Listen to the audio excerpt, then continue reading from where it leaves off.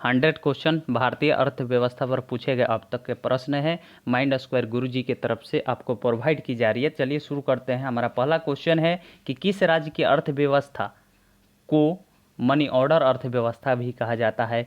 तो उत्तराखंड की अर्थव्यवस्था को मनी ऑर्डर अर्थव्यवस्था भी कहा जाता है। अगला प्रश्न, 2 नंबर की प्रत्येक प्राइवेट कंपनी को अपने नाम के अंत में क्या लिखना जरूरी होता है? तो प्राइवेट लिमिटेड लिखना जरूरी होता है, प्राइवेट लिमिटेड। याद रखिएगा। 3 नंबर प्रश्न है कि मैड्रिड प्रोटोकॉल किस विषय से संबंधित है? तो चिन्हों के अंतर्राष्ट्रीय पंजीकरण से संबंधित है। क्या चीज़ से संबंधित है? तो जो चिन्ह होते हैं अंतर्राष्ट्रीय चिन्ह, वो उनके पंजीकरण से संबंधित है, मैड्रिड प्रोटोकॉल। अगला प्रश्न है 4 नंबर कि नैस्डैक ने किस शहर से एशिया में अपना व्यापार प्रारंभ किया था?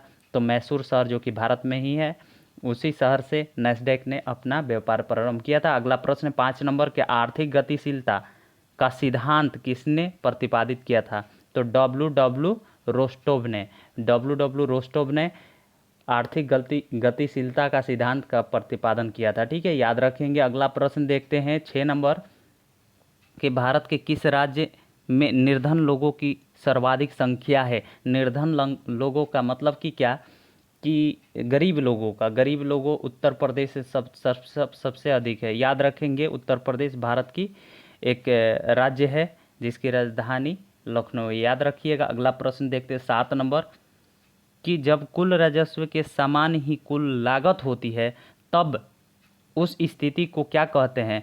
तो संतुलन स्तर बिंदु कहा जाता है, संतुलन स्तर बिंदु कहा जाता है। एक बार फिर से, जब कुल राजस्व के समान ही कुल लागत होती है तब उस स्थिति को क्या कहते हैं? संतुलन स्तर बिंदु कहा जाता है। याद रखेंगे। अगला प्रश्न 8 नंबर, भारत के अनन्य आर्थिक क्षेत्र यानी एक्सक्लूसिव इकोनॉमिक जोन ईईजेड कितने किलोमीटर तक विस्तृत है? तो याद रखिएगा 200 नॉटिकल मील, 200 नॉटिकल मील। 8 नंबर प्रश्न के सही उत्तर। 9 नंबर प्रश्न है राष्ट्रीय लेखा सांख्यिकी NAS किस संस्था की वार्षिक प्रकाशन है? तो केंद्रीय सांख्यिकीय संगठन का यह वार्षिक प्रकाशन। याद रखिए, बहुत अच्छा प्रश्न है। 10 नंबर प्रश्न को देखते हैं। केंद्रीय सांख्यिकीय संगठन CSO का मुख्यालय कहाँ अवस्थित है? तो नई दिल्ली में अवस्थित है। अगला प्रश्न देखते हैं 11 नंबर। याद रखिएगा, एक CSO का मुख्यालय नई दिल्ली में। 11 नंबर क्वेश्चन में है कि स्टॉक एक्सचेंज का कार्य प्रतिदिन किस दिन से किस दिन तक होता है? तो सोमवार से शुक्रवार तक होता है। सैटरडे और संडे को उसमें लीव मिलती है, छुट्टी होता है, यानी कि उस दिन जो है शेयर यानी स्टॉक एक्सचेंज जो है बंद रहते हैं छुट्टी वाले टाइम में। अगला प्रश्न है 12 नंबर की अधिकृत पूंजी का वह भाग जिसे अंशधारियों द्वारा प्राप्त कर लिया गया है क्या कहलाती है? तो निर्गमित शेयर पूंजी कहलाती है। इशू शेयर कैपिटल कहलाता है, ISC। ठीक है, याद रखेंगे। अगला प्रश्न है 13 नंबर के भारत का पहला निर्यात संवर्धन औद्योगिक पार्क कहाँ स्थापित किया गया है? जयपुर के निकट सीतापुर में प्रारंभ किया गया। याद रखेंगे। अगला प्रश्न देखते हैं। अगला प्रश्न है हमारा 14 नंबर में, देखिएगा ध्यान से कि वापी अंकलेश्वर में किसका निर्यात विकास केंद्र स्थापित किया गया है? रसायन का। अंकलेश्वर वापी में किसका निर्यात विकास केंद्र जो है स्थापित किया गया है? तो रसायन की जो केंद्र है वो स्थापित किया गया है। 14 नंबर प्रश्न को देखते हैं कि भारत की कुल व्यापार आयात और निर्यात दोनों मिला करके पूछ रहा है। आयात और निर्यात दोनों मिला करके सबसे बड़ा व्यापारिक भागीदारी कौन सा देश करता है? तो भारत से तो संयुक्त राज्य अमीरात UAE। याद रखेंगे। संयुक्त अरब होगा, यहाँ पे अबर लिखा हुआ है, अरब होगा, ठीक है ना, अरब अमीरात। याद रखें। अगला प्रश्न देखते हैं। एशिया का पहला निर्यात संरक्षण क्षेत्र एक्सपोर्ट प्रोसेसिंग जोन EPZ कहाँ स्थापित किया गया है? कंडाला, भारत में कंडाला एक जगह है जहाँ पे इसे स्थापित किया गया है। अगला प्रश्न देखिएगा, व्यक्ति की मृत्यु पर उसके उत्तराधिकारी को प्राप्त होने वाली संपत्ति पर एक बार लगने वाला कर क्या कहलाता है?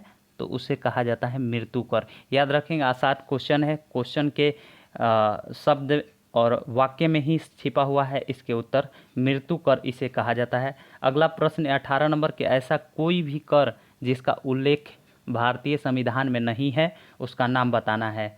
और लगाने एवं वसूलने का अधिकार किसको है, तो उसका नाम जो है ऐसा जो कर होता है जो कि संविधान में शामिल नहीं है फिर भी उसको लगाने का या उसे वसूलने का अधिकार केंद्र सरकार को होता है। अगला प्रश्न देखते हैं कि देश के अंतर्गत निर्मित वस्तुओं का उत्पादन पर लगाया गया कर क्या कहलाता है, उत्पाद शुल्क कहलाता है, एक्साइज ड्यूटी कहलाता है। अगला प्रश्न देखते हैं 20 नंबर प्रश्न में। अगर आप चैनल पर नए हो प्लीज़ यार सब्सक्राइब कर लेना ताकि नोटिफिकेशन आप लोगों को मिलता रहे। हमारे चैनल से जो भी वीडियो प्रोवाइड किए जाते हैं, जो भी टॉपिक प्रोवाइड किया जाता है, प्रीवियस ईयर क्वेश्चन जो है कलेक्शन वाले क्वेश्चन होते हैं। 20 नंबर क्वेश्चन में है कि किस सेवा में सर्वाधिक मात्रा में सेवा कर राजस्व सरकार को प्राप्त होता है, तो टेलीफोन से जो है सर्वाधिक मात्रा में सेवा कर राजस्व सरकार को प्राप्त होता है। याद रखिए बहुत अच्छा प्रश्न है। 21 नंबर जब सरकार व्यय से अधिक आय का बजट बनाती है तो उसे क्या कहते हैं, तो उसे कहा जाता है अतिरिक्त बजट। क्या कहलाता है, अतिरिक्त बजट कहलाता है, सरप्लस बजट कहलाता है, सरप्लस बजट कहलाता है। याद रखिए बहुत अच्छा प्रश्न है। 22 नंबर क्वेश्चन देखते हैं। 22 नंबर क्वेश्चन में देखिएगा किसी देश के कुल राष्ट्रीय आय कुल जनसंख्या से भाग देने पर जो प्राप्त होता है उसे क्या कहा जाता है, तो प्रति व्यक्ति आय कहलाता है। प्रति व्यक्ति आय वाले क्वेश्चन कई बार एग्जाम में पूछा है, फिर से रिपीट करते हैं 22 नंबर क्वेश्चन को कि किसी देश के कुल राष्ट्रीय आय में कुल जनसंख्या से भाग देने पर जो प्राप्त होता है उसे क्या कहते हैं, प्रति व्यक्ति आय कहा जाता है। याद रखिए बहुत अच्छा प्रश्न है। 23 नंबर जो है देख लेते हैं कि भारत के कितने ऐसे प्रधानमंत्री हुए जो वित्त मंत्री के पद पर भी काम कर चुके हैं, तो उनका टोटल कितने हैं, 4 ऐसे हैं जो कि वित्त मंत्री के पद पर भी काम कर चुके हैं। अगला प्रश्न है कि 24 नंबर में के डॉक्टर मनमोहन सिंह वित्त मंत्री रहते हुए कितने बार बजट पेश कर चुके हैं, तो एक भी बार जो है बजट उन्होंने नहीं पेश किया है। वित्त मंत्री जो रहते हुए एक भी बार जो है बजट पेश नहीं किया डॉक्टर मनमोहन सिंह। अगला प्रश्न है 25 नंबर के भारत के केंद्रीय सरकार बजट ने आगम व्यय की सबसे बड़ी मद कौन सी है, तो ब्याज की मद होती है। याद रखिए। अगला प्रश्न देख 26 नंबर कि कुल प्राप्ति राजस्व प्लस पूंजीगत की तुलना में व्यय यानी उसे कहा जाता है राजस्व प्लस पूंजीगत व्यय, ठीक है, उसकी अधिकता को क्या कहा जाता है, तो बचत घाटा कहा जाता है। बहुत ज़बरदस्त क्वेश्चन है आज के इस सेशन में, बहुत अच्छा क्वेश्चन है जो 26 नंबर है आपको दिए जा रहे हैं। बजट घाटा किसे कहते हैं, तो ध्यान से देखिएगा, कुल प्राप्ति जिसे कहा जाता है राजस्व प्लस पूंजीगत, और राजस्व प्लस पूंजीगत व्यय की अधिकता को क्या कहा जाता है, तो बजट घाटा कहा जाता है। याद रखिए। अगला प्रश्न है जनसंख्या में वृद्धि पर रोक से संबंधित पॉपुलेशन फर्स्ट यहाँ होना चाहिए, फर्स्ट योजना किन कंपनी समूह द्वारा प्रायोजित की गई है, तो टाटा और महिंद्रा समूह द्वारा, टाटा एंड महिंद्रा ग्रुप द्वारा। याद रखिएगा टाटा एंड महिंद्रा ग्रुप जो है वो जनसंख्या वृद्धि पर रोक संबंधित पॉपुलेशन फर्स्ट योजना की प्रारंभ किया है। इस समूह को चलाने वाला टाटा और महिंद्रा समूह होता है। अगला प्रश्न जो है तो वह बाजार जहाँ पर प्रतिभूतियों शेयरों जिसे कहा जाता है शेयरों यानी प्रतिभूतियों के क्रय विक्रय एजेंटों के द्वारा किए जाते हैं वो कहलाता है स्टॉक एक्सचेंज कहलाता है। क्या कहलाता है, स्टॉक एक्सचेंज। अगला प्रश्न है राजीव गांधी राष्ट्रीय पेयजल मिशन किस कार्यक्रम का नया नाम है, तो राष्ट्रीय पेयजल मिशन उसका नया नाम है। याद रखिएगा राष्ट्रीय पेयजल के नया नाम है राजीव गांधी राष्ट्रीय पेयजल। याद रखें। अगला प्रश्न देखते हैं जनसंख्या वृद्धि को रोकने हेतु देवी रूपक योजना किस राज्य में चलाई जाती है, तो ध्यान रखिएगा हरियाणा। बेटी बचाओ बेटी पढ़ाओ इसके पॉपुलर जो योजना है उसे भी हरियाणा से ही चलाया गया था सबसे पहले, हालांकि यह भिन्न भिन्न राज्यों में भी देखे गए हैं इस योजना को। अगला प्रश्न 31 नंबर अटल ज्योति योजना किस राज्य में चलाई जा रही है, तो ध्यान रखिएगा छत्तीसगढ़ में अटल ज्योति योजना चलाई जा रही है। इससे पहले हम लोगों ने क्या देखा था कि रूपक रूपक योजना, देवी रूपक योजना हरियाणा से। बेटी बचाओ बेटी पढ़ाओ सबसे पहले हरियाणा से। अटल ज्योति योजना छत्तीसगढ़ से, याद रखेंगे। अपनी धरती अपने लोग किस राज्य से संबंधित योजना है? तो राजस्थान से संबंधित योजना है। राजस्थान में याद रखिएगा कि जो आपके एलोवेरा की खेती होती सबसे अधिक इसी जगह से होती है, याद रखिए। 33 नंबर, एशियाई विकास बैंक ने भारत के किस नगर से अपना आवासीय कार्यालय खोला है? तो उस राज्य का नाम है, उस जगह का नाम है, उस नगर का नाम है नई दिल्ली। अगला प्रश्न है, वह कौन सा बैंक है जिसने कृषकों के पास में आसानी से पहुंचने के लिए किसान क्लब बनाए हैं? क्षेत्रीय ग्रामीण बैंक। यह क्वेश्चन जो है मैंने पीछे में भी रिपीट किया था, इसे ध्यान रखिएगा। पिछले वीडियो में मैंने आपको बताया था जब अर्थव्यवस्था के टॉपिक चल रहे थे। इस प्रश्नों को दोबारा रिपीट हुए देखे हैं तो जरूर से यह इम्पोर्टेंट है, काफ़ी प्रीवियस क्वेश्चन है, ठीक है। अगला प्रश्न है 35वां, भारत जैसे अल्प विकसित देश में किसानों को कितने प्रकार के साख की आवश्यकता पड़ती है? कितने प्रकार की साख की आवश्यकता पड़ती है? 3 प्रकार की साख की आवश्यकता पड़ती है। अगला प्रश्न है, मुद्रास्फीति बढ़ने से किसकी लाभ होती है? तो रीढ़ी को लाभ होती है। मुद्रास्फीति जब भी बढ़ेगा तो किसको लाभ होती है? रीढ़ी को लाभ होती है, याद रखिएगा। और लेनदार को भी कह सकते हैं, जो लेता है, जो जैसे कर्ज लेता है उसको लाभ होता है मुद्रास्फीति बढ़ने से, और जिसे हानि होती है उसे देनदार कहा जाता है, यानी कि जो कर्ज देते हैं उसके बारे में बात हो रही है। वैसे में अगला प्रश्न है 37 नंबर के, वैसी स्थिति जिसमें वस्तुओं के मूल्य बढ़ते हैं तथा मुद्रा के मूल्य गिरता है उसे ही कहा जाता है मुद्रास्फीति, याद रखिएगा। मुद्रास्फीति किसे कहा जाता है? वैसी स्थिति में जिसमें वस्तुओं का मूल्य बढ़ता है, वस्तुओं का जो मूल्य है वो बढ़ेगा और मुद्रा का मूल्य गिरता है, यानी मुद्रा का वैल्यू जो है गिरता है, उस स्थिति में मुद्रास्फीति का चलन होता है। अगला प्रश्न है 38 नंबर के, भारत में किस बैंक ने सर्वप्रथम विभिन्न शहरों में स्थित अपने कार्यालयों को उपग्रह नेटवर्क से जोड़ा था? तो भारतीय स्टेट बैंक, यानी कि SBI। बहुत इंपॉर्टेंट क्वेश्चन है, याद रखिएगा। अगला प्रश्न है कि सर्वाधिक सकल गैर निष्पक्षीय परिसंपत्ति यानी ग्रोस MPAS वाला सार्वजनिक बैंक कौन सा है? तो भारतीय स्टेट बैंक, SBI। अगला प्रश्न है 40 नंबर। 40 नंबर में है कि भारत में कृषि और ग्रामीण विकास हेतु वित्त उपलब्ध कराने वाली सर्वोच्च संस्था कौन सी है?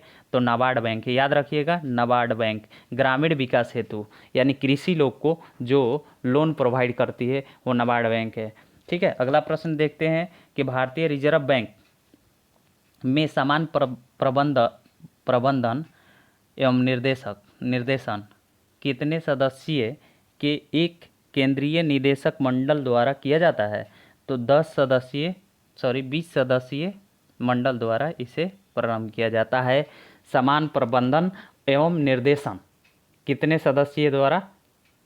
एक केंद्रीय निदेशक मंडल द्वारा तैयार किया जाता है, तो याद रखिएगा 20 सदस्यीय। अगला प्रश्न है, भारतीय स्टेट बैंक द्वारा भारत में पहला तैरता ATM कहाँ स्थापित किया गया था? कोच्चि में स्थापित किया गया था, याद रखिएगा। बहुत बार क्वेश्चन पूछ चुका है। 43 नंबर क्वेश्चन, रसायनों की मांग आपूर्ति हेतु कौन सा बंदरगाह स्थापित किया गया है? तो दहेज एक रसायनों के मांग की पूर्ति के लिए इसे स्थापित किया गया। अगला प्रश्न है, टेलीफोन नेटवर्क की दृष्टि से भारत का विश्व में कौन सा स्थान है? तो तीसरा स्थान है। अगला प्रश्न है, भारत में किस राज्य ने सर्वप्रथम रोजगार गारंटी कार्यक्रम चलाया था? बहुत अच्छा प्रश्न है, कई बार एग्जाम में पूछा है, याद रखिएगा। महाराष्ट्र। क्या है? रोजगार गारंटी कार्यक्रम चलाया था किस राज्य ने? महाराष्ट्र ने। अगला प्रश्न है 2007, वर्ष 2007 में सर्वाधिक शिक्षित बेरोजगारों की संख्या वाला राज्य कौन सा बना था? उसका नाम है पश्चिम बंगाल, याद रखिए। अगला प्रश्न देखते हैं 47 नंबर कि राष्ट्रीय कृषि विपणन संस्थान कहाँ स्थित है? कृषि विपणन संस्थान कहाँ स्थित है? तो जयपुर में स्थित है। अगला प्रश्न है, श्रम विभाजन बाजार के आकार द्वारा सीमित होता है, यह कथन किस अर्थशास्त्री ने कहा था? तो ध्यान रखिएगा, एडम स्मिथ ने कहा था। किसने कहा था? एडम स्मिथ ने। क्या कहा था? श्रम विभाजन बाजार के आकार द्वारा सीमित होता है। अगला प्रश्न देखते हैं कि राष्ट्रीय किसान आयोग की मुख्यालय कहाँ अवस्थित है? नई दिल्ली में। बहुत बार क्वेश्चन पूछा है। अगला प्रश्न है, देखिएगा, किस राज्य द्वारा किसानों के लिए खलिहान बीमा योजना प्रारंभ किया गया है? राजस्थान द्वारा प्रारंभ किया गया है। ठीक है। अगला प्रश्न है कि भारत में रेशम उद्योग सर्वाधिक स्थानीयकरण किस राज्य में हुआ है? तो रेशम उद्योग के लिए जो स्थानीयकरण हुआ है वो कर्नाटक राज्य है। अगला प्रश्न है कि शुद्ध विदेशी मुद्रा उपार्जन में सर्वाधिक योगदान किस उद्योग का रहा है? तो टेक्सटाइल यानी कपड़ा उद्योग का रहा है। अगला प्रश्न है 53 नंबर कि विभिन्न राज्यों के मध्य खाद्य उत्पादों का वितरण तथा अन्य देशों को खाद्य उत्पाद के निर्यात व्यापार से कौन सी संस्था संबंधित है? उस संस्था का नाम है खाद्य उत्पादों एवं वितरणों के अन्य देशों में खाद्य उत्पाद निर्यात व्यापार से कौन सी संस्था संबंधित है? तो उसका नाम है नैफेड। क्या नाम है? नैफेड। याद रखिएगा, नैफेड नाम है। अगला प्रश्न है 54 नंबर, भारत में नारियल का सर्वाधिक उत्पादन करने वाला राज्य कौन सा है? केरल राज्य है। अगला प्रश्न देखते हैं, हरित क्रांति का सर्वाधिक प्रभाव किस फसल पर पड़ा?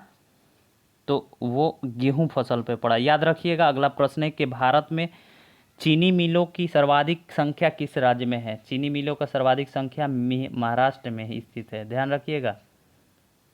सर्वाधिक रोजगार गारंटी योजना भी महाराष्ट्र से ही संबंधित है। अगला प्रश्न देखते हैं कि वाणिज्यिक स्तर पर देश की पहली और सौर ऊर्जा परियोजना कहाँ निर्माणाधीन है? तो याद रखिए, मथानिया जोधपुर में स्थित है। मथानिया जहाँ पे सौर ऊर्जा परियोजना निर्माण किया गया है उसका नाम मथानिया, जगह का नाम जोधपुर में अवस्थित है। ठीक है। अगला प्रश्न, जोधपुर तो राजस्थान में है ना। ठीक है। अगला प्रश्न 58, सीमेंट उत्पादन किस राज्य का भारत में प्रथम स्थान है? राजस्थान का। याद रखेंगे। अगला प्रश्न है, निजीकरण की प्रक्रिया के संकेत के लिए किस शब्द का प्रयोग किया जाता है? तो विनिवेश का प्रयोग किया जाता है। भारत का सबसे बड़ा संगठित उद्योग कौन सा है? कपड़ा उद्योग। याद रखिए, बहुत बार ये सब क्वेश्चन पूछा है टेक्सटाइल से संबंधित। अगला प्रश्न है कि भारत में सार्वजनिक क्षेत्र का प्रथम उर्वरक संयंत्र कहाँ लगाया गया था? सिंदरी में। कहाँ पर? उर्वरक के लिए सिंदरी में लगाया गया था। अगला प्रश्न है, निजी क्षेत्र का प्रथम निर्यात प्रसंस्करण क्षेत्र कहाँ स्थापित किया गया है? तो याद रखेंगे, निजी क्षेत्र के लिए प्रथम निर्यात संस्करण क्षेत्र जो है वो सूरत में स्थापित किया गया। अगला प्रश्न है कि कौन सी नकदी फसल के निर्यात से अधिकतम विदेशी मुद्रा प्राप्त होती है? तो चाय से। याद रखेंगे। अगला प्रश्न देखते हैं, एक्सपोर्टिंग का काम जो है चाय वाली जो क्वेश्चन है ना, बहुत बार पूछा गया है। ध्यान रखेंगे। ये क्वेश्चन जो है 64 नंबर, केंद्र और राज्य के बीच वित्तीय विवादों के निपटारे हेतु मुख्य एजेंसी कौन सी है? तो वित्त आयोग है। केंद्र और राज्य के बीच में वित्तीय विवादों का जो निपटारा करता है उसका नाम वित्त आयोग है। अगला प्रश्न है, ग्रीन जीएनपी का मूल्यांकन कितने वर्ष के पश्चात ही किया जाता है? तो 10 वर्ष के पश्चात ही जीएनपी का मूल्यांकन किया जाता है। अगला प्रश्न देखते हैं। वीडियो अगर अच्छा लग रहा होगा दोस्तों लाइक जरूर कीजिएगा। अगला प्रश्न है 66 नंबर की 8वीं पंचवर्षीय योजना का नवीन प्रारूप किसके निर्देशन पर तैयार किया गया था? तो प्रणब मुखर्जी के निर्देशन पर तैयार किया गया था। याद रखेंगे, प्रणब मुखर्जी हमारे बीच अब नहीं रहे हैं। अगला प्रश्न है कि किस पंचवर्षीय योजना का प्रारूप 4 सरकारों ने अपने अपने तरीकों से तय कर? तो बहुत बार ये क्वेश्चन पूछा है। 8वां पंचवर्षीय योजना जो है यह काफ़ी इंपॉर्टेंट है। 4 सरकारों द्वारा अपने अपने तरीका से, मतलब कि हर जगह पे विखंडन हो गया था एक तरह से कह सकते हैं। 68 नंबर क्वेश्चन देखें, द्वितीय पंचवर्षीय योजना का सर्वोच्च प्राथमिकता किस क्षेत्र पर दिया गया था? उद्योग क्षेत्र पर। याद रखेंगे, उद्योग क्षेत्र पर। अगला प्रश्न है कि भारत में क्रेडिट रेटिंग एजेंसियों का विनियामक रेगुलेटर कौन सा संस्था है? उसका नाम है सेबी। सेबी के फुल फॉर्म बता देंगे कमेंट में क्या होते हैं सेबी के फुल फॉर्म। अगला प्रश्न है कि कौन सा संस्था केंद्र और राज्य के मध्य समन्वय स्थापित करने का कार्य करता है? तो अंतर्राज्यीय परिषद। कौन सा है? अंतर्राज्यीय परिषद। अगर केंद्र और राज्य के बीच में वित्तीय निपटारे की बात करेगा ना तो उस समय में वित्त आयोग कहिएगा, लेकिन अभी अंतर्राज्यीय परिषद जो होता है वो समन्वय यानी कि उनके बीच के कार्यों को जो है वो देखरेख करता है या निपटारे करते हैं। अगला प्रश्न है अंतर्राज्यीय परिषद एक संवैधानिक संस्था के साथ साथ और कैसी संस्था है? तो एक परामर्शदात्री संस्था है, परामर्शदात्री जो है संस्था है। याद रखेंगे अंतर्राज्यीय परिषद जो है संवैधानिक संस्था भी है और एक परामर्शदात्री भी संस्था है। अगला प्रश्न कौन सा योग देश के भौतिक पूंजीगत तथा मानवीय संसाधनों का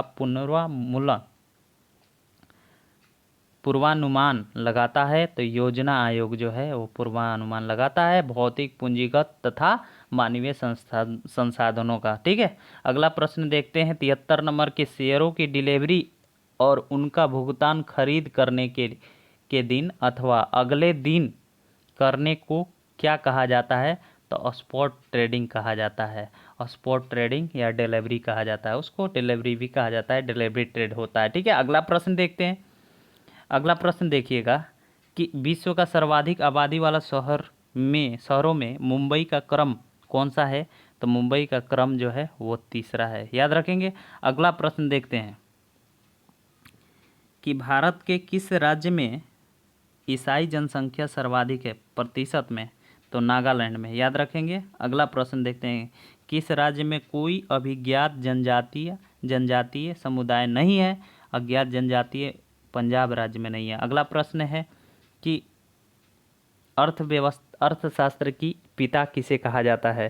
तो अर्थशास्त्र के पिता एडम स्मिथ को कहा जाता है। अगला प्रश्न जो है देखिए ध्यान से कि वह सब सामाजिक विज्ञान जिसका उद्देश्य व्यक्तियों के संगठित व्यवहार या व्यक्तियों के समूह व्यवहार के आर्थिक पहलुओं का अध्ययन करना है, क्या कहलाता है? तो अर्थशास्त्र कहलाता है, याद रखेंगे। इसको क्या बोलते हैं? अर्थशास्त्र बोलते हैं। आप देख रहे हो हमारे चैनल माइंड स्क्वायर गुरुजी, आपको हम 100 क्वेश्चन करा रहे हैं जो कि काफ़ी इंपॉर्टेंट अर्थव्यवस्था से। चलिए अगला प्रश्न है 79 number, the wealth of Nations के लेखक कौन है? एडम स्मिथ, अर्थशास्त्र के पिता भी ने कहा जाता है। अगला प्रश्न 80 नंबर के भारत का अर्थव्यवस्था कैसी अर्थव्यवस्था है? एक मिश्रित अर्थव्यवस्था। यह बेसिक क्वेश्चन बहुत बार पूछा है एग्जाम में। अगला प्रश्न 81 नंबर, भारत के लिए किस औद्योगिक नीति में मिश्रित अर्थव्यवस्था का अवधारणा लाई गई थी? तो 1948 औद्योगिक नीति थी, एक 1948 में इसे लाई गई थी। अगला प्रश्न है कि भारतीय अर्थव्यवस्था विश्व की कौन सी अर्थव्यवस्था है? तो चौथी अर्थव्यवस्था है। ठीक है, अगला प्रश्न है कि भारतीय अर्थव्यवस्था विकास की दृष्टि से कैसी है? तो विकास की दृष्टि से विकासशील है। क्या है? विकासशील। एक विकासशील होता है, एक विकसित होता है। पूरी तरह से जो विकास जिस देश का हो जाता है विकसित कहा जाता है। अब विकासशील अभी विकास हो रहा है, मतलब चल रहा है, उसके बारे में कहा जाता है भारत एक विकासशील देश है। अगला प्रश्न है कि भारत के निजी क्षेत्र का पहला निर्यात संरक्षण क्षेत्र कहाँ स्थापित किया गया था? तो निजी क्षेत्र का पहला सूरत में। अगला प्रश्न है कि भारत में राज्य सरकारों के लिए आय का सबसे महत्वपूर्ण स्रोत कौन सा है? तो बिक्री कर है। कौन सा है? बिक्री कर। याद रखेंगे, ये सब कॉमन क्वेश्चन और इम्पोर्टेंट क्वेश्चन। ठीक है, अगला प्रश्न देखते हैं 86 नंबर, नए उत्पादन प्रक्रिया या नई तकनीकी आविष्कार को किसी सरकार द्वारा दी गई औपचारिक मान्यता को क्या कहा जाता है? तो पेटेंट कहा जाता है। क्या कहा जाता है? पेटेंट। अगला प्रश्न है अच्छे लोग अच्छा बैंक किस बैंक का विज्ञापन पंक्ति है, किस बैंक का स्लोगन है? तो यूनियन बैंक ऑफ इंडिया का स्लोगन है अच्छे लोग अच्छा बैंक। अगला प्रश्न देखते हैं अंतर्राष्ट्रीय मुद्रा कोष IMF की स्थापना कब हुई थी? तो 27 दिसंबर 1945। बहुत इंपॉर्टेंट डेट है, याद रखेंगे। अगला प्रश्न देखते हैं।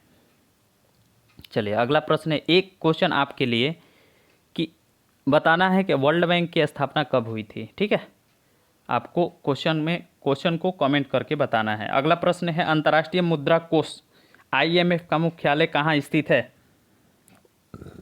वाशिंगटन डीसी, जिसकी स्थापना 27 दिसंबर 1945 को की गई थी। इलेक्ट्रॉनिक उत्पादनों से संबंध बहुराष्ट्रीय कंपनी एलजी इलेक्ट्रॉनिक्स किस देश की कंपनियां हैं? दक्षिणी कोरिया का है। एलजी इलेक्ट्रॉनिक्स जो है किस देश की कंपनी है?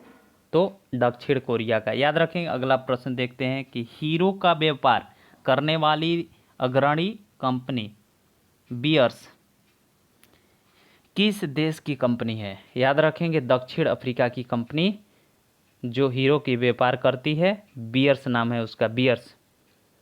याद रखेंगे, दक्षिण अफ्रीका की कंपनी है।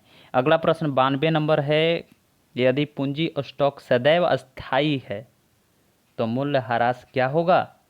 मूल्यह्रास शून्य होता है। ये सब क्वेश्चन एग्जाम में आपको पूछे जाते हैं। अगला प्रश्न है, अशोक लेलैंड नाम के एक ट्रकों का उत्पादन किस औद्योगिक घराने द्वारा किया जाता है? तो यह हिंदुजा। देखिए ये कितने बार क्वेश्चन पूछ चुका है, ठीक है ना, इंपॉर्टेंट क्वेश्चन है, ठीक है। आप देख रहे हो हमारे चैनल माइंड स्क्वायर गुरुजी, जहाँ पे आप लोग को 100 क्वेश्चन कराए जा रहे हैं अर्थव्यवस्था से। अगर वीडियो अच्छे लग रहे होंगे तो प्लीज़ लाइक कीजिएगा और अपने दोस्तों के साथ में शेयर कीजिएगा, दोस्तों को बताइएगा। अगला प्रश्न है, शेयर वाले बटन पर क्लिक कर सकते हैं। 94 नंबर अगला प्रश्न है कि सेल वन नाम से एक मोबाइल है, वो फ़ोन सेवा किस कंपनी द्वारा उपलब्ध कराई जाती है? तो सेल वन जो है वो बीएसएनएल द्वारा उपलब्ध कराई जाती है। अगला प्रश्न है, एयरटेल नाम से मोबाइल फ़ोन की सेवा किस कंपनी द्वारा उपलब्ध कराई जाती है? भारतीय टेलीवर्स, ठीक है। अगला प्रश्न देखते हैं कि कंपनी अंश यानी कंपनी शेयर पर मर्यादित मतलब लिमिटेड होने का अर्थ होता है तो निवेश राशि सीमित होना। क्या अर्थ होता है? निवेश राशि सीमित होना। अगला प्रश्न, the theory of economic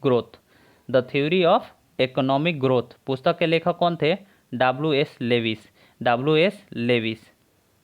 the theory of economics growth के लेखक डब्ल्यू.एस. लेविस। अगला प्रश्न है, द्वीप विकास प्राधिकरण यानी कि आइसलैंड डेवलपमेंट अथॉरिटी का अध्यक्ष कौन होता है? तो आइसलैंड डेवलपमेंट अथॉरिटी का जो अध्यक्ष होता है प्रधानमंत्री होते हैं। अगला प्रश्न देखें, देखिएगा अगला प्रश्न देख पा रहे हैं, सेकेंड लास्ट क्वेश्चन है, विश्व के किस देश की सार्वजनिक वितरण प्रणाली सबसे बड़ी है? तो भारत की सार्वजनिक वितरण प्रणाली सबसे अधिक है। याद रखेंगे, सब प्रत्येक के लिए है और प्रत्येक सबके लिए है।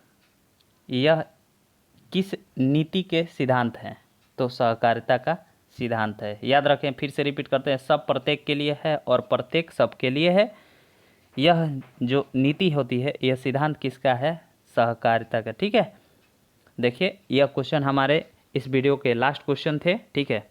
आपके लिए एक क्वेश्चन जो है सेबी के फुल फॉर्म बताने हैं, ठीक है, और वर्ल्ड बैंक के स्थापना बताना है। आज के वीडियो में बस इतना ही रहने देते हैं, मिलते हैं इसी तरह के और क्वेश्चन के साथ में अगले वीडियो में।